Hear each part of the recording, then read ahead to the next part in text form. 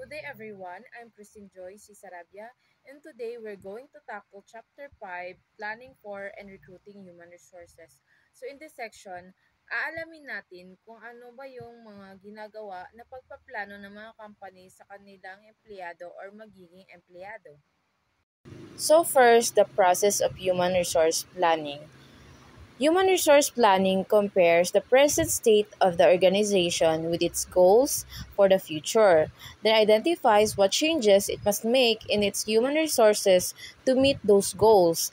The changes may include downsizing, training existing employees in new skills, or hiring new employees. These activities give a general view of HR planning. They take place in human resource planning process shown in figure 5.1. The process consists of three stages: forecasting, goal setting and strategic planning, and program implementation and evaluation. So, dito sinasabi ang una nating aalamin ang process na kasali sa paggawa at pagpapatupad ng isang pagpaplano para sa mga human resources o sa mga magiging tauhan or manggagawa. So throughout each section, we focus specifically on recent trends and practices tulad ng pagbabawas ng empleyado, yung sinasabi nating downsizing, pag-hire ng empleyado, employing in temporary workers, and the outsourcing. So the remainder of this chapter explores sa mga proseso ng pagre-recruit. So ipapaliwanag natin kung paano naghahanap ang mga kumpanya ng mga tao or individual para punan ang mga bakanteng trabaho. And also usually yung mga pinagmumulan ng mga aplikante sa trabaho. At dito alamin din natin ang kahalagahan o role ng isang recruiter. So para ma-meet ang objectives o yung layunin ng isang business is kinakailangan nila ng mga strategy o mga idea na magiging advantage nila towards their competitors. That they should also have a vision for their future, the desired size, kung ano yung laki na gusto nilang organization at kung ano yung mga products and services ang dapat nilang i-produce and etc. So these insights allows them to determine at kung anong kind ba ng empleyado ang kakailanganin nila. So human resource planning involves comparing the organization's current state with its future objectives. At ang mga pagbabago na yun ay maaaring mag-include ng pagda-downsize, training existing employees in new skills o yung pagtitrain ng mga empleyado, especially sa mga technology.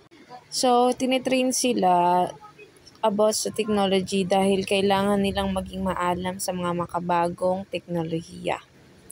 So, especially sa mga makabagong teknolohiya or sa mga pag-hire ng mga bagong empleyado.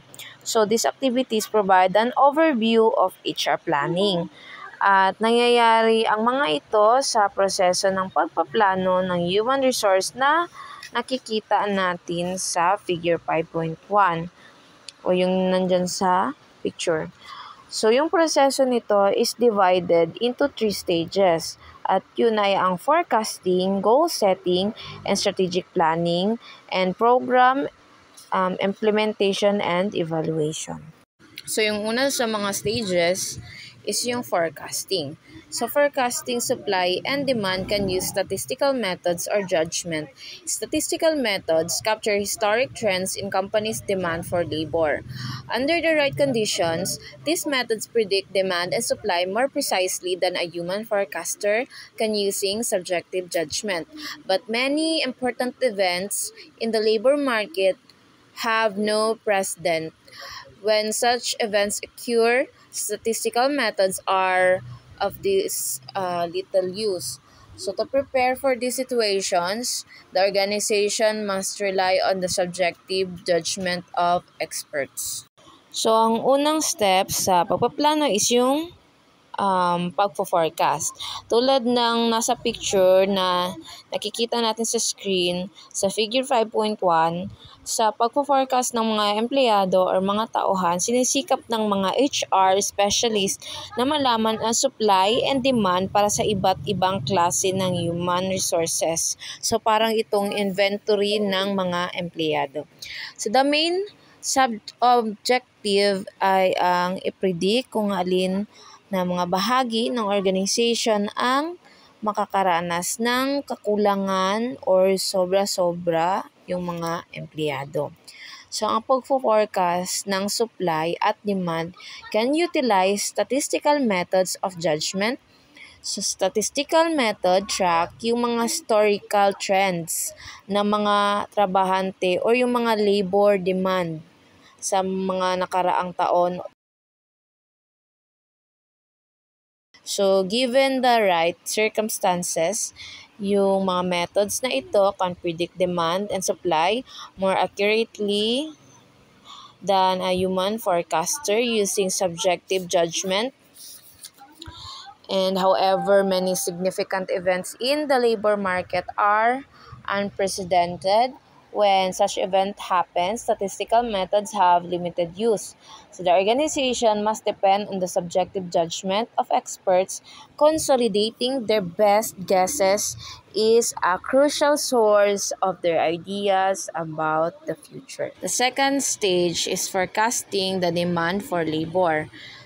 Ang pag-predict kung ilang workers ang kakailanganin ng isang organization ay ginagawa para malaman ang tamang uri ng trabaho or mga skills areas kung saan base na area ang kanyang kaalaman or yung kaalaman ng empleyadong yon. So kapag nalaman mo na yung uri ng trabaho or na-identify mo na yung skills, titingnan ng isang planner kung whether the need of people of the necessary skills and experience will increase or decrease. So, doon malalaman niya kung babawasan yung empleyado sa area na yon or dadagdagan. So, kailangan ng planner na i-predict kung ang pangangailangan para sa mga taong may tamang skills at experience at kung dapat ba silang bawasan or dagdagan. So, there are many ways to make guesses. So, in more advanced way, an organization might study trends. So, making and using statistical models na makakapag-guess kung ilang trabahante or mga manggagawa ang kakailanganin sa mga susunod na taon using fairly data from the last year. So, ang mga statistic na yon ay kilala bilang leading indicator. So, ito yung na-measure mo yung objectives mo na tama yung prediction mo kung ilang workers ang kakailanganin in the future. So, maaari rin yung maglaman ng mga bagay tulad ng kalagayan ng economy like yung sa sales and stock levels, kung ano ang ginagawa ng competitors sa mga changes sa technology and trends make up of the workforce and overall population. So, ang current trends na nakakaapekto sa kung ilang workers ang kinakailangan, including yung taon ng paglago ng economy, which means businesses and consumers have more money to spend on things like machines, cars, houses, and other purchases. So, the need to buy more means that companies have to make more at the same time. Advancement sa technology tulad ng mga robot, 3D printing at artificial intelligence allows businesses na makagawa ng mas marami sa bawat trabahanteng manggagawa. So, in the manufacturing part of the economy, the trend is for the amount made to grow faster than the number of jobs to new sectors tulad ng solar power. However, the need for goods in growing so quickly at ang pangangailangan ng mga workers ay tumataas din. So, ang mga statistical models ay magagamit kapag may stable history that can be used to reliably finds relationships among variables. However, ang mga models na yun ay usually kailangang pagsamasamahin sa mga personal opinions ng mga experts. So there are just too many once in a lifetime na pagbabago na kailangan i-consider and statistical models cannot capture them. Next is determining labor supply. Figuring out labor supply once a company has predicted how many workers it will need. So, kailangan nilang malaman kung ilang trabahante ang kailangan nila. At kakailanganing malaman kung ilang manggagawa ang meron sila. So, figuring out labor supply ay nangangailangan ng isang detailed look sa ilang tao ang currently nasa iba't ibang category ng trabaho o may specific skills within the company. Ina-adjust ng planner ang analysis na ito para isaalang-alang yung changes na inaasahang mangyayari due to retirements, promotions, transfer, voluntary turnover, and yung sa mga na-terminate. So, there's a method called transitional matrix analysis. Itong chart na ito ay isang record ng mga iba't ibang klase ng trabaho ng mga tiyak na nagdaang panahon. At dito makikita kung ilan sa mga workers ang mga lumipat sa ibang mga trabaho or position or maybe na-promote. It tells us two things. Ano ang mga nangyari sa mga workers. So, titignan yung current jobs tsaka previously jobs para itong isang inventory kung saan dito malalaman mo ang mga nangyayari sa mga workers mo at kung saan na nagtatrabaho yung mga current workers mo dati. So, sa table 5.1 ay isang halimbawa ng chart na ito. For an auto parts company, ipanapakita ng chart ang klase ng trabaho noong 2015 yung nasa left. At kung anong nangyari sa mga workers na yun noong 2018 sa right naman na side. Yung mga numbers is nagpapakita ng percentage ng mga tao na lumipat. So example, ang 95 dyan is 95% means yun dyan sa mga nakasulat na number sa white sa baba is mga percent. Yun siya ng mga tao sa bawat row ng chart. So, noong 2018 naman na column heading refers doon sa mga row numbers ng 1 to 8.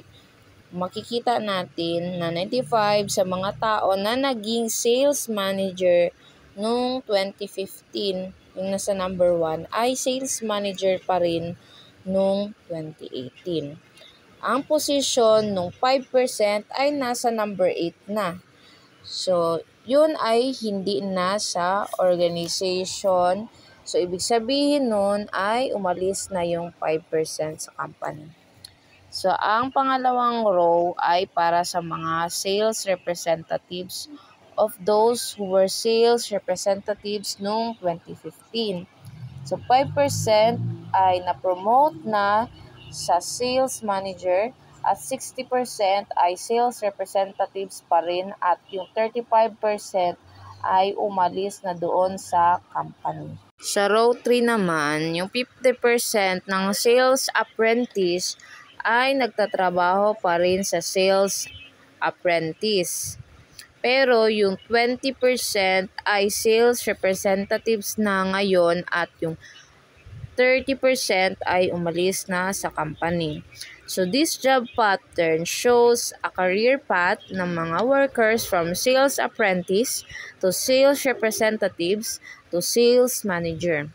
Looking at the columns, nakikita natin na nagbibigay ito ng different informations. So, kung saan nanggagaling yung mga empleyado noong 2018. Sa first, nakikita natin na karamihan sa mga sales manager. So, mga 95% sa kanila were already in that row 3 years ago. Simula ng 2015 to 2018.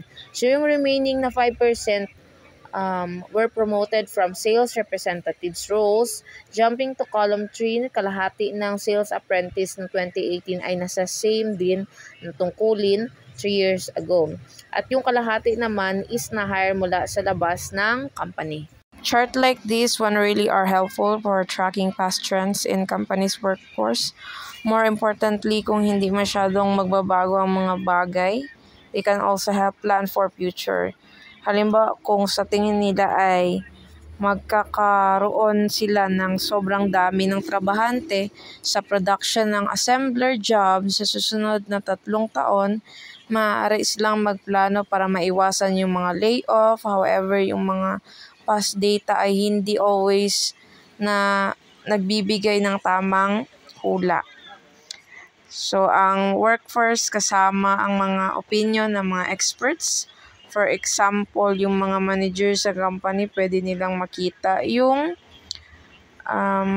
bagong training program will probably can increase the numbers of employees na ready para sa bagong positions.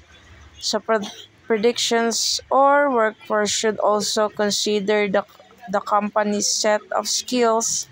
Companies keep a record of their employee skills in the future. Ang database to see kung ilang mga current employees ang merong ganong skills. In addition, looking at the workforce sa loob ng isang organization, so yung mga planner ay kailangang suriin niya yung mga trends ng market, ng job market outside ng company. Yung planner is dapat palaging updated sa mga job market predictions, including the size of job market at saka yung unemployment rate and the types of the people who will be in the job market. Halimbawa, yung mga pagtaas ng online shopping kasama nung mga growth ng economic at yun ay nagdudulot ng mas maraming truck na kakailanganin ng company for package delivery. Yun ay isa sa mga halimbawa.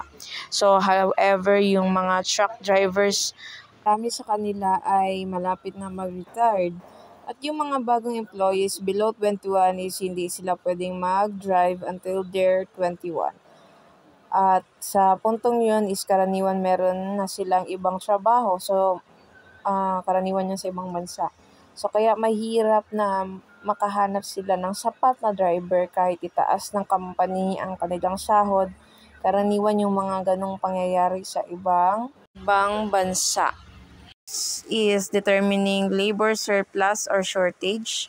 Based on the predictions for job demand and supply, maaaring i-compare ng planner yung mga numbers para makita kung magkakaroon ba ng kulang sa empleyado sa bawat klase ng trabaho.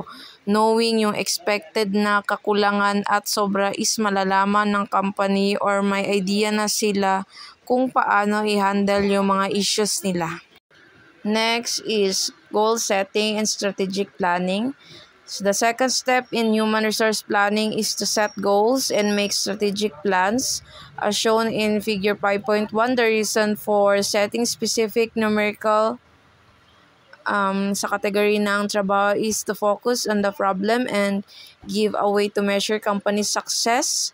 So dapat meron silang specific na bilang ng nagpapakita ng kung anong dapat mangyari sa kategory ng trabaho or skill area and specific timeline para kung kailan maaabot yung goal or yung objectives or yung layunin nila. So, the company should pick one or more human resource strategies. Maraming ginagawang strategies kung paano i-deal yung expected na dami or kakulangan ng mga empleyado. So the top of the table 5.2 shows main choices for lessening unexpected too many workers, and the bottom of the table shows choices for avoiding unexpected too few workers. This planning stage is very important. Ang options ay malaki ang pagkakaiba sa kanilang cost o gastos, speed, effectiveness. Ang mga options para sa pagbabawas ng sobrang dami ng workers ay nagkukos ng different amount of human suffering. Yung option para sa kakulangan ng magagawa in how company can reverse the change if it no longer has few workers. So, halimbawa, hindi gustong hawakan ng isang organization na hawakan ng bawat inaasahang kakulangan ng employees sa pamamagitan ng pag-hire ng bagong empleyado, also kung ang kakulangan naman ay sobra. Kailangang isipin ng organization ang pag-layoff ng mga ilang empleyado. Layoffs involve another set ng gastos like severance pay, and they are costly in terms of human suffering. It means when choosing the strategy, it's important to consider kung ang kinakailangang mga empleyado ay may maitutulong sa goal or success ng organization. Companies usually gain the most from hiring and keeping employees who can offer something better than competitors and add value to customers. For example, yung sa isang tindahan, yung key skills doon is ang pag-select ng products na kinakailangan or kakailanganin ng mga customers at pagbibigay na rin ng mabuting serbisyo or service. Para sa mga skills naman na wala sila ay gawain na katulad ng paglilinis, security, so the company might find it more beneficial to use other human resources strategies instead na mag-hire ng full-time. So yung mga company, they aim na mapredict kung magkakaroon ba sila ng maraming trabahante. Thank you for your time and attention. I hope you've learned something from my report. Ms. Veronica de la Vega will continue discussing this topic.